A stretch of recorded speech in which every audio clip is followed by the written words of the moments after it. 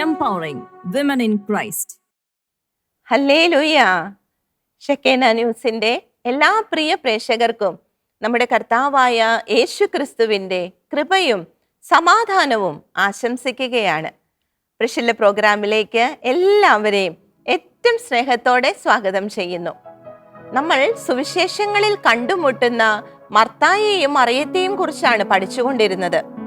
കർത്താവിനോടൊപ്പം കർത്താവിന്റെ ആ പരസ്യ ജീവിത കാലത്ത് കർത്താവിനോട് ചേർന്ന് നിന്നിരുന്നവരായിരുന്നു മർത്തായും മറിയവും അവരുടെ സഹോദരൻ ലാസറും. അവരുടെ ജീവിതത്തിലേക്ക് കർത്താവ് നൽകിയിരിക്കുന്ന അനുഗ്രഹങ്ങൾ, അതുപോലെ അവർ കർത്താവിന് നൽകിയ ആ ഒരു വലിയ പ്രാധാന്യം, ഇതെല്ലാം നമ്മൾ കാണുകയുണ്ടായി. ഒരു ദിവസം അവരുടെ ഭവനത്തിലേക്ക് സന്ദർശനത്തിന് വന്ന കർത്താവിനെയും ശിഷ്യന്മാരെയും അവർ എപ്രകാരമാണ് സ്വീകരിച്ചതെന്നും അതിലൂടെ നമ്മുടെ ജീവിതങ്ങളിലേക്ക് ആവശ്യമായ പാഠങ്ങൾ എന്താണെന്നും നമ്മൾ കണ്ടു. എന്തുമാത്രം തിരക്കുണ്ടായാലും കർത്താവിന്റെ സാന്നിധ്യത്തെ വിട്ടുപിരിയാതെ നിൽക്കേണ്ടതിന്റെ ആവശ്യകത, കർത്താവിൽ ദൃഷ്ടി ഉറപ്പിക്കേണ്ടതിന്റെ ആവശ്യകത മറിയം നമുക്ക് കാണിച്ചു തരികയായിരുന്നു.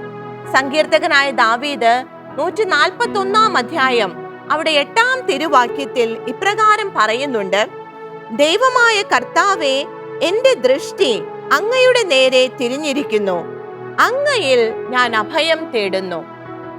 ഇസ്രായേലിന്റെ മുഴുവൻ രാജാവായിരുന്ന ദാവീദ് ഒത്തിരിയേറെ സാധ്യതകള്, ഒത്തിരിയേറെ പട്ടാളക്കാര്, ഒത്തിരിയേറെ സമ്പത്ത്, പവർ എല്ലാം ഉണ്ടായിരുന്ന ദാവീദ് ഏറ്റു പറയുകയാണ് തന്റെ ദൃഷ്ടി കർത്താവിലാണ് ഉറപ്പിച്ചിരിക്കുന്നതെന്ന്, തന്റെ സഹായം കർത്താവിലാണെന്ന്, കർത്താവിലാണ് താൻ അഭയം തേടുന്നതെന്ന്. ദാവീദ് രാജാവ് ഏറ്റു പറഞ്ഞതുപോലെ, മറിയം നമുക്ക് കാണിച്ചു തന്നതുപോലെ കർത്താവിൽ ദൃഷ്ടി ഉറപ്പിക്കാൻ നമുക്ക് ഓരോരുത്തർക്കും സാധിക്കണം. ഹെബ്രായ പുസ്തകത്തിൽ 12 അധ്യായം 2 വാക്യത്തിൽ നമ്മുടെ കർത്താവ് ആഹ്വാനം ചെയ്യുന്നുണ്ട്, നമ്മുടെ ദൃഷ്ടി കർത്താവിൽ ഉറപ്പിക്കണമെന്ന്. ആ ഒരു ആഹ്വാനത്തെ ഏറ്റെടുത്തുകൊണ്ട്, ആ ഒരു കൃപയ്ക്കായി പ്രാർത്ഥിച്ചുകൊണ്ട് ഇന്നത്തെ ശുശ്രൂഷകളെ പരിശുദ്ധാത്മാവിന്റെ കരങ്ങളിലേക്ക് സമർപ്പിച്ച് പരിശുദ്ധാത്മ നിയന്ത്രണത്തിലേക്ക് ഏൽപ്പിച്ച് നമുക്ക് പ്രാർത്ഥിക്കുവാനായിട്ട് ഒരുങ്ങാം. കർത്താവിൽ ദൃഷ്ടി ഉറപ്പിക്കാൻ കർത്താവേ ഞങ്ങളെ സഹായിക്കണമേ. Hallelujah, hallelujah. ഈശോയേ, ഞാൻ എൻ്റെ ദൃഷ്ടികൾ ഉയർത്തിയിടുന്നു, എൻ സഹായം എങ്ങു നിന്നു വരും. ഹല്ലേലൂയ. ഞാൻ എൻ്റെ ദൃഷ്ടികൾ ഉയർത്തിയിടുന്നു, എൻ സഹായം എങ്ങു നിന്നു വരും. എൻ സഹായം എൻ്റെ രക്ഷകനിൽ, വാനവും ഭൂമിയും സൃഷ്ടിച്ച നാഥനിൽ. എൻ സഹായം എൻ്റെ രക്ഷകനിൽ, വാനവും ഭൂമിയും സൃഷ്ടിച്ച നാഥനിൽ. ഞാൻ എൻ്റെ ദൃഷ്ടികൾ ഉയർത്തിയിടുന്നു, എൻ സഹായം എങ്ങു നിന്നു വരും. Hallelujah, hallelujah. കർത്താവേ, ഞങ്ങളുടെ സഹായം എപ്പോഴും അങ്ങിൽ നിന്നാണെന്നും ഞങ്ങൾ വിശ്വസിക്കുന്ന കർത്താവേ, ഞങ്ങളുടെ ദൃഷ്ടികൾ അങ്ങയിലാണ് ഉറച്ചിരിക്കുന്നതെന്ന് ഞങ്ങൾ ഏറ്റു പറയുന്നു. ഈശോയെ, കർത്താവേ, എപ്പോഴും അങ്ങയിൽ ദൃഷ്ടി ഉറപ്പിക്കാൻ ഞങ്ങളെ സഹായിക്കണമേ. അതിനുള്ള കൃപ ഞങ്ങൾക്ക് നൽകണമേ. Hallelujah, hallelujah. കാൽ വഴുതാൻ അവൻ അനുവദിക്കില്ല, എനിക്കൊരാപത്തും വരുത്തുകില്ല. എന്റെ കാൽ വഴുതാൻ അവൻ അനുവദിക്കില്ല, എനിക്കൊരാപത്തും വരുത്തുകില്ല. ഇസ്രായേലിൻ പരിപാലകൻ മയങ്ങുകിൽ, ഒരു നാളും ഉറങ്ങുകില്ല. ഇസ്രായേലിൻ പരിപാലകൻ മയങ്ങുകിൽ, ഒരു നാളും ഉറങ്ങുകില്ല. ഓ എന്റെ യേശുവേ, നീ വരണേ, ഇന്നെന്റെ ജീവിത മാനസത്തിൽ. പെന്തക്കോസ്താ നാളിൽ ശിഷ്യരിൽ വന്നപ്പോൾ ഇന്നു നീ ഞങ്ങളിൽ വന്നിടണേ. ഓ എന്റെ യേശുവേ, നീ വരണേ, ഇന്നെന്റെ ജീവിത മാനസത്തിൽ. പെന്തക്കോസ്താ നാളിൽ ശിഷ്യരിൽ വന്നപ്പോൾ ഇന്നു നീ ഞങ്ങളിൽ വന്നിടണേ. ഇന്നു നീ ഞങ്ങളിൽ വന്നിടണേ. ഇന്നു നീ ഞങ്ങളിൽ വന്നിടണേ. ഞങ്ങളിൽ വരണമേ, ഞങ്ങളിൽ പരിശുദ്ധാത്മാവേ വരണമേ. Hallelujah, hallelujah, hallelujah. കർത്താവേ, ഞങ്ങൾ അങ്ങയിൽ ദൃഷ്ടി ഉറപ്പിച്ചിരിക്കുന്നു. ഞങ്ങൾ ഞങ്ങൾ ഏറ്റു പറയുന്ന കർത്താവേ, എന്തു തന്നെ വന്നാലും, എന്തൊക്കെ അപകടങ്ങൾ വന്നാലും പ്രശ്നങ്ങൾ വന്നാലും അങ്ങയിൽ ദൃഷ്ടി ഉറപ്പിക്കാൻ കർത്താവേ കൃപയായിരിക്കണമേ, കർത്താവേ കരുണയായിരിക്കണമേ. ഈശോയേ നന്ദി. Hallelujah, hallelujah, hallelujah. ഞങ്ങളുടെ പ്രിയപ്പെട്ട അമ്മേ മാതാവേ, കർത്താവിൽ ദൃഷ്ടി ഉറപ്പിച്ച് കർത്താവ് മാത്രം എൻ്റെ സഹായം എന്ന് ഏറ്റു പറഞ്ഞ് ജീവിച്ച് ഞങ്ങളെ കാണിച്ചു തന്ന ഞങ്ങളുടെ പ്രിയപ്പെട്ട അമ്മേ, ആ ഒരു മാതൃക അനുസരിച്ച് ഞങ്ങളുടെ ജീവിതങ്ങളിൽ മുന്നേറുവാൻ, കർത്താവിൽ ദൃഷ്ടി ഉറപ്പിക്കുവാനുള്ള കൃപ ലഭിക്കുവാൻ അമ്മേ ഞങ്ങൾക്ക് വേണ്ടി പ്രാർത്ഥിക്കണമേ. വിശുദ്ധ ഔസേപ്പ് പിതാവേ, തിരുകുടുംബത്തിന്റെ പാലക, മറ്റൊരു സഹായവും സ്വീകരിക്കാതെ കർത്താവിൽ മാത്രം ആശ്രയിച്ചുകൊണ്ട് തിരുകുടുംബത്തെ പോറ്റിയ ഞങ്ങളുടെ പ്രിയ ഔസേപ്പ് പിതാവേ, ഞങ്ങളുടെ കുടുംബങ്ങളും ആ ഒരു കൃപയിൽ മുന്നേറുവാൻ ഞങ്ങൾക്ക് വേണ്ടി പ്രാർത്ഥിക്കണമേ. നമുക്ക് ചേർന്ന് പ്രാർത്ഥിക്കാം. നന്മ നിറഞ്ഞ മറിയമേ സ്വസ്തി, കർത്താവ് അങ്ങയോട് കൂടെ സ്ത്രീകളിൽ അങ്ങ് അനുഗ്രഹിക്കപ്പെട്ടവളാകുന്നു. അങ്ങയുടെ ഉദരത്തിൻ ഫലമായി ഈശോ അനുഗ്രഹിക്കപ്പെട്ടവനാകുന്നു. പരിശുദ്ധ മറിയമേ, തമ്പുരാന്റെ അമ്മേ, പാപികളായ ഞങ്ങൾക്ക് വേണ്ടി ഇപ്പോഴും ഞങ്ങളുടെ മരണസമയത്തും തമ്പുരാനോട് അപേക്ഷിക്കണമേ. ആമേൻ, ആമേൻ. യേശുക്രിസ്തുവിൽ എൻ്റെ പ്രിയമുള്ള സഹോദരങ്ങളെ, നമ്മൾ മർത്തായെയും മറിയത്തെയും കുറിച്ചാണ് ചിന്തിച്ചുകൊണ്ടിരുന്നത്. വിശുദ്ധ ലൂക്കാസ്ലിഹായുടെ സുവിശേഷം 10-ാം അധ്യായം 38 മുതൽ 42 വരെയുള്ള തിരുവാക്യങ്ങളിൽ മർത്തായുടെ ഭവനത്തിലേക്ക് കർത്താവ് നടത്തുന്ന ആ ഒരു ഭവന സന്ദർശനത്തെ കുറിച്ചാണ് നമ്മൾ കഴിഞ്ഞ ആഴ്ച കണ്ടത്. അവിടെ മറിയം നല്ല ഭാഗം തിരഞ്ഞെടുത്തു എന്ന് കർത്താവ് പറയുകയുണ്ടായി. മറിയം തിരഞ്ഞെടുത്ത ആ നല്ല ഭാഗം ഏതാണെന്ന് നമ്മൾ കണ്ടു. ഇന്ന് നമ്മൾ ചിന്തിക്കുവാനായി പോകുന്നത് അവിടെ മർത്തായിലൂടെ കർത്താവ് നാം ഓരോരുത്തരോടും പറയുന്ന കാര്യങ്ങളെക്കുറിച്ചാണ്. മറിയം നല്ല ഭാഗം തിരഞ്ഞെടുത്തു, എന്നാൽ മർത്തായ്ക്ക് എന്ത് സംഭവിച്ചു? നമുക്ക് ആ തിരുവചന ഭാഗങ്ങളിലേക്ക് ഒന്നുകൂടി കടന്നു വരാം. അവിടെ 10-ാം അധ്യായം അതിൽ 40-ാം തിരുവാക്യം നമുക്കൊന്ന് ശ്രദ്ധിക്കാം. മർത്തായാകട്ടെ പലവിധ ശുശ്രൂഷകളിൽ മുഴുകി വ്യഗ്രചിത്തയായിരുന്നു. അവൾ അവന്റെ അടുത്തു ചെന്നു പറഞ്ഞു, കർത്താവേ, ശുശ്രൂഷയ്ക്കായി എന്റെ സഹോദരി എന്നെ തനിയെ വിട്ടിരിക്കുന്നത് നീ ശ്രദ്ധിക്കുന്നില്ലേ? എന്നെ സഹായിക്കാൻ അവളോട് പറയുക. ഇവിടെ മർത്ത കർത്താവും ശിഷ്യന്മാരും തന്റെ ഭവനത്തിലേക്ക് വന്നത് പ്രമാണിച്ച് ഭയങ്കര തിരക്കിലായിരുന്നു. വളരെ വ്യഗ്രചിത്തയായി എല്ലാ കാര്യങ്ങളും അവൾ ഒരുക്കുകയായിരുന്നു. എന്നാൽ കർത്താവ് ഇവിടെ എടുത്തു പറയുന്ന ഒരു കാര്യമുണ്ട്. അവൾ പലവിധ ശുശ്രൂഷകളിൽ മുഴുകി വ്യഗ്രചിത്തയായിരുന്നു. നമ്മൾ കണ്ടതാണ് മറിയം എടുത്ത ആ ഒരു ഭാഗവും മർത്തായുടെ പ്രവൃത്തിയും തമ്മിൽ കർത്താവ് കണ്ട അന്തരം എന്തായിരുന്നുവെന്ന്. ഇവിടെ ഇന്ന് നമ്മൾ ശ്രദ്ധിക്കുന്നത്, മർത്ത താൻ ആ ഒരു ടെൻഷനിൽ ആയിരിക്കുമ്പോൾ മറിയം അവിടെ വളരെ ഫ്രീ ആയി കർത്താവിന്റെ മുൻപിൽ ആയിരിക്കുന്നത് കണ്ട് കർത്താവിന്റെ അടുക്കിലേക്ക് ഓടിച്ചെന്ന് വളരെ സ്വാതന്ത്ര്യത്തോടെ തൻ്റെ കംപ്ലൈന്റ് മുഴുവൻ കർത്താവിനെ കേൾപ്പിക്കുകയാണ്. നമ്മളത് വായിച്ചു കഴിയുമ്പോൾ നമുക്ക് തോന്നുക, കുഞ്ഞു കുട്ടികൾ തങ്ങളുടെ വഴക്കുകളിന് ശേഷം അമ്മമാരുടെ അല്ലെങ്കിൽ അപ്പന്മാരുടെ അടുത്ത് കംപ്ലൈന്റ് പറയുന്ന ഒരു പ്രതീതിയിലാണ് മർത്ത ഓടിച്ചെന്ന് കർത്താവിനോട് പറയുന്നത്. ഞാൻ വളരെയേറെ കഷ്ടപ്പെടുകയാണ്, എന്നാൽ എൻ്റെ സഹോദരി അവൾ അവിടെ വെറുതെ ഇരിക്കുകയാണ്, അവളോട് എന്നെ സഹായിക്കാൻ പറയാനായിട്ട് മർത്ത പറയുകയാണ്. എന്നാൽ ഇതിന് കർത്താവ് നൽകിയ റെസ്പോൺസ് എന്തായിരുന്നു? മർത്ത വളരെ കാര്യത്തോടെ കർത്താവിന്റെ അടുക്കൽ ഒരു കംപ്ലൈന്റുമായി ചെല്ലുകയാണ്. എന്നാൽ അതിന്റെ മറുപടിയായി, അതിന്റെ ഒരു റെസ്പോൺസായി കർത്താവ് എന്താ പറയുന്നേ? നമുക്ക് അടുത്ത വാക്യത്തിലേക്ക് ഒന്ന് കടന്നു വരാം. കർത്താവ് അവളോട് പറഞ്ഞു, മർത്ത മർത്ത, നീ പലതിനെക്കുറിച്ചും ഉത്കണ്ഠാകുലയും അസ്വസ്ഥയുമായിരിക്കുന്നു. ഒന്നു മാത്രമേ ആവശ്യമുള്ളൂ. മറിയം നല്ല ഭാഗം തിരഞ്ഞെടുത്തിരിക്കുന്നു, അത് അവളിൽ നിന്നും എടുക്കപ്പെടുകയില്ല. ഇവിടെ മർത്ത ഇത് കേട്ടപ്പോൾ അവൾക്ക് എന്തായിരിക്കും തോന്നിയിട്ടുണ്ടാകുക? മർത്തായുടെ ആ ഒരു സ്ഥാനത്ത് നാം ഓരോരുത്തരെയും നമ്മൾ തന്നെ ഒന്ന് സങ്കല്പിച്ചു നോക്കുക. അങ്ങനെ കർത്താവ് റെസ്പോണ്ട് ചെയ്യുമ്പോൾ നമ്മുടെ റിയാക്ഷൻ എന്തായിരിക്കും? തീർച്ചയായിട്ടും ഈ ഒരു റെസ്പോൺസ് മർത്ത പ്രതീക്ഷിച്ചിട്ടില്ല. താൻ കരുതിയതിൽ നിന്നും തികച്ചും വ്യത്യസ്തമായി മറിയത്തെ ഡിഫെൻഡ് ചെയ്തുകൊണ്ട് കർത്താവ് സംസാരിക്കുകയാണ്.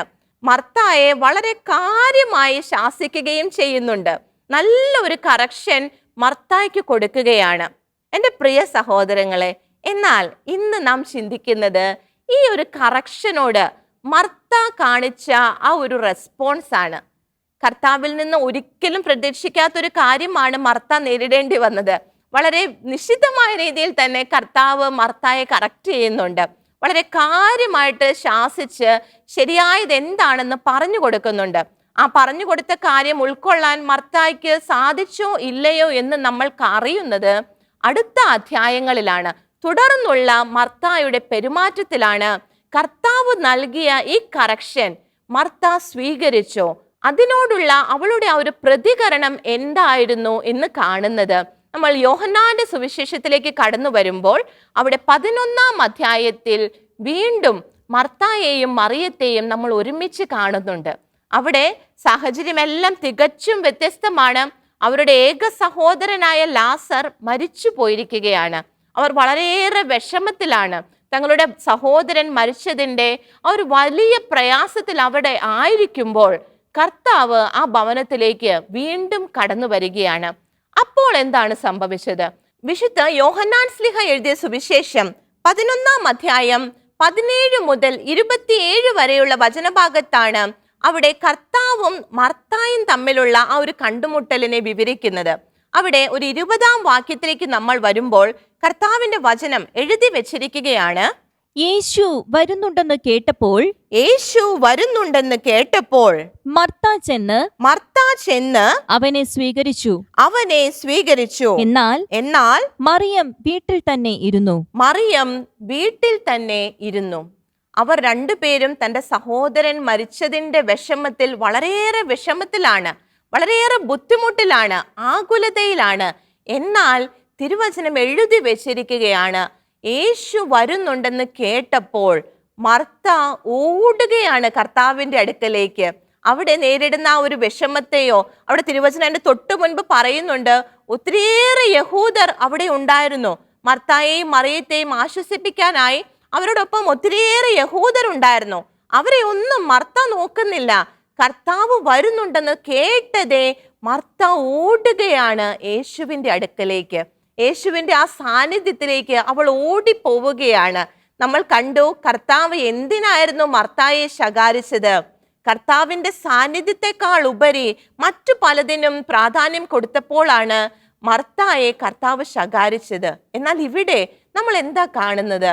മർത്ത ആ സാന്നിധ്യത്തിലേക്ക് ഓടുകയാണ്. വചനം എടുത്തു പറയുന്നുണ്ട്, മറിയം തൻ്റെ ഭവനത്തിൽ തന്നെ ഇരുന്നു എന്ന്. മർത്ത മറിയത്തെയും കടത്തി വെട്ടി കർത്താവിന്റെ സാന്നിധ്യത്തിലേക്ക് ഓടിപ്പോകുന്ന രംഗമാണ് നമ്മൾ അവിടെ കാണുന്നത്. കർത്താവിന്റെ അടുക്കലേക്ക് ഓടിച്ചെന്ന് മർത്ത പറയുന്ന കാര്യങ്ങൾ നമുക്കൊന്ന് ശ്രദ്ധിക്കാം. 21 മുതലുള്ള തിരുവാക്യങ്ങൾ. മർത്ത യേശുവിനോട് പറഞ്ഞു, കർത്താവേ, നീ ഇവിടെ ഉണ്ടായിരുന്നെങ്കിൽ എൻ്റെ സഹോദരൻ മരിക്കുകയില്ലായിരുന്നു. എന്നാൽ നീ ചോദിക്കുന്നതെന്തും ദൈവം നിനക്ക് തരും എന്ന് എനിക്കറിയാം. ഇവിടെ മർത്ത തന്റെ വിശ്വാസം പ്രഖ്യാപിക്കുകയാണ്. ആദ്യം ഒരു കംപ്ലൈന്റിന്റെ ഒരു ഭാവമൊക്കെ ഉണ്ടായിരുന്നു. എങ്കിലും മർത്ത പറയുകയാണ്, കർത്താവേ, നീ ചോദിക്കുന്നതെന്തും ദൈവം തരും എന്ന് എനിക്കറിയാം. അവിടെ ആരൊക്കെ ഉണ്ടെന്നോ, ആരൊക്കെ തന്നെ ശ്രദ്ധിക്കുന്നുണ്ടെന്നോ ഒന്നും മർത്ത നോക്കുന്നില്ല. കർത്താവിനോട് തൻ്റെ വിശ്വാസം, കർത്താവിലുള്ള അവളുടെ ആശ്രയത്വം അവൾ ഏറ്റു പറയുകയാണ്. നീ ചോദിച്ചാൽ, നീ ആഗ്രഹിച്ചാൽ എന്തും സംഭവിക്കും എന്ന് എനിക്കറിയാം. അതിന് യാതൊന്നും ഒരു പ്രശ്നമല്ല എന്ന് എനിക്കറിയാമെന്ന് മർത്ത തൻ്റെ വിശ്വാസം ഏറ്റു പറയുകയാണ്. അപ്പോൾ കർത്താവ് എന്താ പറഞ്ഞേ? തുടർന്ന് നമ്മൾ വായിക്കുന്നു. യേശു പറഞ്ഞു, നിന്റെ സഹോദരൻ ഉയർത്തെഴുന്നേൽക്കും. മർത്ത പറഞ്ഞു, അന്ത്യദിനത്തിലെ പുനരുത്ഥാനത്തിൽ അവൻ ഉയർത്തെഴുന്നേൽക്കുമെന്ന് എനിക്കറിയാം. വീണ്ടും മർത്ത കർത്താവിലുള്ള അല്ലെങ്കിൽ കർത്താവിന്റെ ആ പ്രബോധനങ്ങളിലുള്ള വിശ്വാസത്തെ ഏറ്റു പറഞ്ഞുകൊണ്ടേ ഇരിക്കുകയാണ്. അന്ത്യദിനത്തിലെ പുനരുത്ഥാനത്തിൽ അവൻ ഉയർത്തെഴുന്നേൽക്കുമെന്ന് എനിക്കറിയാമെന്ന് അവൾ പറയുകയാണ്.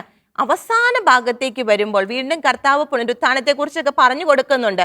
അതൊക്കെ കേട്ട് കഴിഞ്ഞ് അതിന്റെ അവസാന ഭാഗം 27-ാം വാക്യം നമുക്ക് ഒന്ന് ശ്രദ്ധിക്കാം. അവൾ പറഞ്ഞു, അവൾ പറഞ്ഞു, ഉവ്വ് കർത്താവേ, ഉവ്വ് കർത്താവേ, നീ ലോകത്തിലേക്ക് വരാനിരിക്കുന്ന നീ ലോകത്തിലേക്ക് വരാനിരിക്കുന്ന ദൈവപുത്രനായ ക്രിസ്തുവാണെന്ന് ദൈവപുത്രനായ ക്രിസ്തുവാണെന്ന് ഞാൻ വിശ്വസിക്കുന്നു. ഞാൻ വിശ്വസിക്കുന്നു. യേശു ലോകത്തിലേക്ക് വരാനിരുന്ന ദൈവപുത്രനായ ക്രിസ്തുവാണെന്ന് അവൾ വിശ്വസിക്കുന്നു എന്ന് ധൈര്യത്തോടെ അവൾ പ്രഘോഷിക്കുകയാണ്. അവളുടെ ആ വിശ്വാസ തലത്തിൽ വന്ന ആ ഒരു ഉയർച്ച, കർത്താവ് ഒരിക്കൽ അവൾക്കൊരു തിരുത്ത് നൽകി, വലിയ ഒരു ശാസന നൽകി. എന്നാൽ അതിൽ അവൾ തളർന്നു പോവുകയല്ല ചെയ്തത്. ഈ ഒരു ഭാഗം വായിക്കുമ്പോൾ മർത്തായുടെ വിശ്വാസ വർധനവിൽ വളരെയേറെ ഉയർച്ച സംഭവിച്ചതായി നമുക്ക് കാണാൻ സാധിക്കും. എന്തൊക്കെ കർത്താവ് പറയുന്നു എന്ന് വളരെ ശ്രദ്ധയോടെ കേട്ട് അതിനെല്ലാം കൃത്യതയോടെ റെസ്പോൺസ് കൊടുത്ത് വളരെ ശ്രദ്ധയോടെ കർത്താവിലുള്ള വിശ്വാസത്തെ എല്ലാവരുടെയും മുൻപിൽ ഏറ്റുപറയുന്ന ഒരു മർത്തായെയാണ് നമ്മൾ ഇവിടെ കാണുന്നത്. തിരുത്തലുകളോട് മർത്തായ്ക്കുണ്ടായിരുന്ന ആ ഒരു പ്രതികരണം നമ്മൾ ശ്രദ്ധിക്കണം. പരിശുദ്ധ വചനത്തിലൂടെ മറ്റു പലരിലൂടെയും തിരുത്തലുകൾ ലഭിക്കുമ്പോൾ നമ്മൾ എങ്ങനെയാണ് റെസ്പോണ്ട് ചെയ്യുന്നത്? നമ്മുടെ പ്രതികരണം എന്താണ്? ഇവിടെ മർത്ത ഒരിക്കലും പ്രതീക്ഷിക്കാത്ത രീതിയിലാണ് കർത്താവ് അവളെ തിരുത്തിയത്. എന്നാൽ അത് അവൾ ഏറ്റെടുക്കുകയായിരുന്നു. തൻ്റെ ജീവിതത്തിൽ അവൾ മാറ്റം വരുത്തുകയായിരുന്നു. കർത്താവിന്റെ സാന്നിധ്യത്തെ എന്തിനേക്കാളും ഉപരി കൊതിക്കുന്നവളായി, അതിലേക്ക് ഓടി ചെല്ലുന്നവളായി അവൾ മാറുകയായിരുന്നു. മറിയം വരെ ആ ഭവനത്തിലായിരിക്കുമ്പോൾ തൻ്റെ സഹോദരനെ പ്രതി ഓർത്ത് വേദനിച്ചു കൊണ്ടിരിക്കുമ്പോൾ കർത്താവിന്റെ സാന്നിധ്യം എന്ന് കേട്ടതേ മർത്ത അവിടെ നിന്നോടി ആ ഒരു സാന്നിധ്യത്തിലേക്ക് കടന്നു ചെല്ലുകയായിരുന്നു. തൻ്റെ വിശ്വാസം ഏറ്റുപറയുകയായിരുന്നു. തിരുത്തലുകളെ നമ്മൾ സ്വീകരിച്ചാൽ നമ്മുടെ ജീവിതത്തിൽ വരുന്ന ആ വലിയ ഒരു അഭിവൃദ്ധിയെയാണ് മർത്ത ഇവിടെ നമുക്ക് കാണിച്ചു തരുന്നത്. സുഭാഷിതങ്ങളുടെ പുസ്തകം 15-ാം അധ്യായം 32-ാം തിരുവാക്യം നമുക്കൊന്ന് ശ്രദ്ധിക്കാം. പ്രബോധനം അവഗണിക്കുന്നവൻ തന്നെ തന്നെ ദ്രോഹിക്കുന്നു. പ്രബോധനം അവഗണിക്കുന്നവൻ തന്നെ തന്നെ ദ്രോഹിക്കുന്നു. ശാസനം അനുസരിക്കുന്നവൻ അറിവ് നേടുന്നു. അറിവ് നേടുന്നു.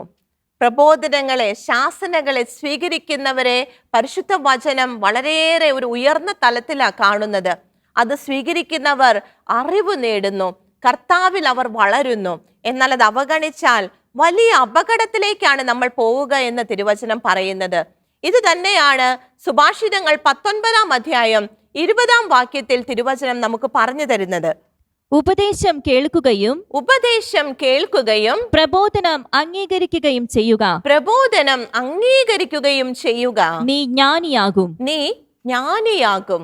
പ്രബോധനങ്ങളെ, ഉപദേശങ്ങളെ സ്വീകരിച്ചാൽ, അതിനനുസരിച്ച് നമ്മുടെ ജീവിതങ്ങളെ മാറ്റം വരുത്തിയാൽ ജ്ഞാനിയായി തീരുമെന്ന തിരുവചനം പറയുന്നത്. കർത്താവിന്റെ വചനങ്ങളിൽ നമുക്ക് വേണ്ടുന്നതായ എല്ലാ ഉപദേശങ്ങളുമുണ്ട്. നമ്മുടെ ജീവിതങ്ങൾക്ക് ആവശ്യമായ എല്ലാ തിരുത്തലുകളുമുണ്ട്. അത് തിരിച്ചറിഞ്ഞ് അത് സ്വീകരിച്ചാൽ നീ ജ്ഞാനിയാകും. ജ്ഞാനത്തോടെ നിന്റെ ഭവനത്തെ പണിതുയർത്തുന്നവളായി നീ മാറുമെന്ന തിരുവചനം പറയുന്നത്. പുതിയ നിയമത്തിൽ തന്നെ വിശുദ്ധ മത്തായിയുടെ സുവിശേഷത്തിൽ പത്രോസ്ലീഹ ഇതുപോലെ തിരുത്തലുകൾക്ക് കാരണഭൂതനാകുന്ന ഒരു ഭാഗം നമുക്ക് കാണാനായിട്ട് സാധിക്കും. മത്തായി സ്ലീഹായുടെ സുവിശേഷം 16-ാം അധ്യായം 22-ാം വാക്യത്തിലേക്ക് നമ്മൾ വരുമ്പോൾ അവിടെ കർത്താവ് തന്റെ പീഡാനുഭവത്തെ കുറിച്ചെല്ലാം വിവരിക്കുന്ന ഒരു ഭാഗമാണ്. ഇതെല്ലാം കേട്ട് കഴിഞ്ഞപ്പോൾ 22-ാം വാക്യത്തിൽ പറയുകയാണ്, പത്രോസ് അവനെ മാറ്റി നിർത്തി തടസ്സം പറയാൻ തുടങ്ങി. പത്രോസ് ഈശോയെ മാറ്റി നിർത്തി ഈ പീഡാനുഭവങ്ങളും കഷ്ടപ്പാടുകളും ഇതിലൂടെ എല്ലാം കടന്നു പോകുന്നതിൽ നിന്ന് തടസ്സം പറയാൻ തുടങ്ങി. തുടർന്ന് വചനം പറയുകയാണ്, ദൈവം കനിയട്ടെ കർത്താവേ ഇതൊരിക്കലും നിനക്ക് സംഭവിക്കാതിരിക്കട്ടെ എന്ന് പത്രോസ്ലീഹ കർത്താവിനോട് പറയുകയാണ്. തുടർന്ന് എന്താ വചനം പറയുന്നത്? യേശു തിരിഞ്ഞ് പത്രോസിനോട് പറഞ്ഞു, സാത്താനേ എന്റെ മുൻപിൽ നിന്നു പോകൂ. നീ എനിക്ക് പ്രതിബന്ധമാണ്. നിന്റെ ചിന്ത ദൈവികമല്ല മാനുഷികമാണ്. ഇവിടെയും പത്രോസ്ലീഹ വളരെ സ്നേഹത്തിലാണ് കർത്താവിന്റെ അടുക്കൽ ഇതെല്ലാം പറയുന്നത്. എന്നാൽ കർത്താവ് എന്താ പറയുന്നേ? നിന്റെ ഈ ചിന്ത മാനുഷികമാണ്, അത് ദൈവികമല്ല, ഇത് വരുന്നത് സാത്താനിൽ നിന്നാണ് എന്ന് പറഞ്ഞ് കർത്താവ് പത്രോസ്ലീഹായെ സാത്താനെ എന്ന് വരെ വിളിച്ച് അവിടെ ശാസിക്കുകയാണ്. വലിയ തിരുത്തൽ അവിടെ നൽകുകയാണ്. എന്നാൽ പിന്നീട് എന്താ സംഭവിച്ചേ? ഇത്രമാത്രം വളരെ ഗൗരവകരമായ രീതിയിൽ പത്രോസ്ലീഹ അവിടെ കറക്റ്റ് ചെയ്യപ്പെടുകയാണ്, ശാസിക്കപ്പെടുകയാണ്. എന്നാൽ തൊട്ടടുത്ത അധ്യായത്തിൽ എന്താ നമ്മൾ കാണുന്നത്? ഈശോയുടെ രൂപാന്തരീകരണമാണ്. അവിടെ പത്രോസ്ലീഹ വളരെ സന്തോഷത്തോടെ കർത്താവിനോടൊപ്പമായിരിക്കുന്നതാണ്. ഈ ഒരു കറക്ഷൻ കിട്ടിയ പത്രോസ്ലീഹ കണ്ണു തുറക്കുകയാണ്.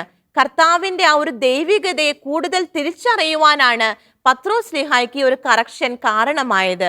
മറുതലിച്ച് ചിന്തിക്കുവാനല്ല, കർത്താവിനെ കുറിച്ച് തെറ്റായി ചിന്തിക്കുവാനല്ല, കർത്താവിനോട് ദേഷ്യം തോന്നുവാനല്ല, വളരെ നല്ല രീതിയിൽ ആ ഒരു തിരുത്തലിനോട് പ്രതികരിക്കുന്ന പത്രോസ്ലീഹായെ നമ്മൾ ഇവിടെ കാണുന്നത്.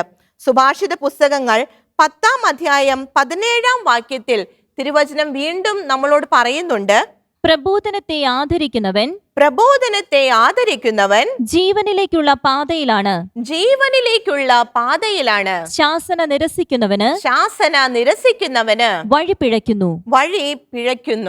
ഇവിടെ പത്രോസ്ലീഹ ആ പ്രബോധനത്തെ ആദരിക്കുകയായിരുന്നു.